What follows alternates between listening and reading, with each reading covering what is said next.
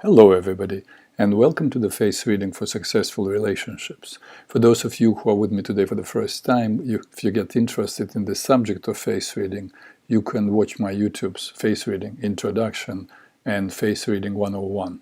Today we'll be talking about Michael Douglas and Catherine Zeta-Jones. A while ago somebody asked me to read their faces for compatibility, and I promised that I would do it, so their turn came up. And also it's good to read their faces for educational purposes. Remember last year I posted Face Reading for Successful Relationships user guide. To determine compatibility of a couple, I used the traffic light analogy. Green light standing for perfect match, yellow light, caution, the match maybe not that perfect, and the red light, better think twice combination. From temperamental perspective, Michael and Catherine fall into one of the categories of the yellow light combination, meaning proceed with caution, there might be bumps on the road. Yet their union has a very good chance to succeed. In fact, it's being successful because their personalities, that is, their faces, not their temperament, their personalities are a perfect match. This is good for you to know, for you, an aspiring student of face reading. It's good to know that even when some characteristics may suggest serious difficulties in the relationship, having other characteristics which are highly complementary may still make a relationship a long-lasting success. Here they are at the time they met, Catherine 30 and Michael 55 years old. And here they are 17 years later, interested in each other, still excited. Interesting to know neither their temperaments nor their personalities have changed, but Michael was married before to Deandra Lucker, or Lucker, I don't know how to pronounce the name. I will not go into the details, but that marriage had little chance.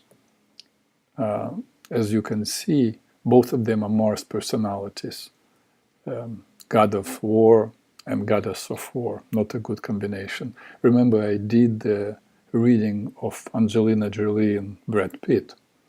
Both are sanguine, both have Mars personalities, and I told you that the marriage would not last. But with Michael and Catherine, it's a whole different story. Mr. Mars is getting wiser the second time around. He chooses what? He chooses a Venus for life partner. Now we're talking. He is generous, impulsive, ready to go for a fight, has a short fuse, short attention span, loves to be a protector, a giver, a king. But remember, he is 55, learned some lessons. She, as a Venus, loves to be protected, cared for, adored, complimented. She is reconciliatory, has a lot of practical intelligence, wants to make love, not war. So she will easily get her way, but not through fighting, but finding different ways. As time goes by, the shapes of their faces do not change. They're still Mars and Venus. An interesting feature to look at is their inner versus outer faces. Her inner face is quite large, green circle, compared to the outer face. His inner face is small in comparison with his outer face. You may remember from other readings, it tells us that Catherine is very sensitive, taking in a lot, feeling her own pain and the pain of others intensely. In fact, she may have difficulties dealing with her feelings. He, on the other hand, is a kind of a cool guy. Yes, as a Mars, he may explode, and then it's over. He does not take things to heart. And that may be frustrating for her, but also stabilizing and reassuring. I heard once someone say, it's okay to go crazy in a relationship, but only one person at the time. Everything I said above is also supported by the couple's eye color. His eyes are bluish hazel and hers are brown. So he is able to detach and needs personal space. She takes in a lot and needs closeness.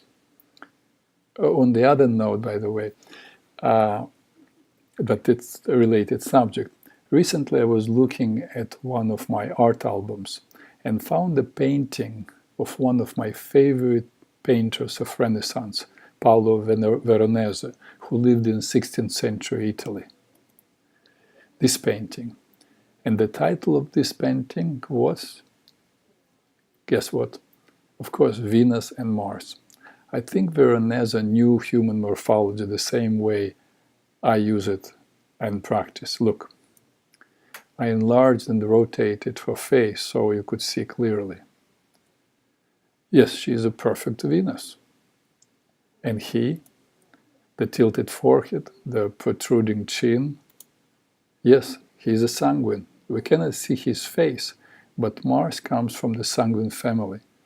And not by a chance Veronese chose his Mars to be a sanguine, whose temperamental qualities give rise to Mars personality. And now back to Catherine and Michael, their temperaments. What do you say? His forehead is tilted, the chin is protruding, and the corner of the jaw is short, going down at the 45 degrees. So he is a sanguine, 2 red lines, with the bilious corner of the jaw, green line.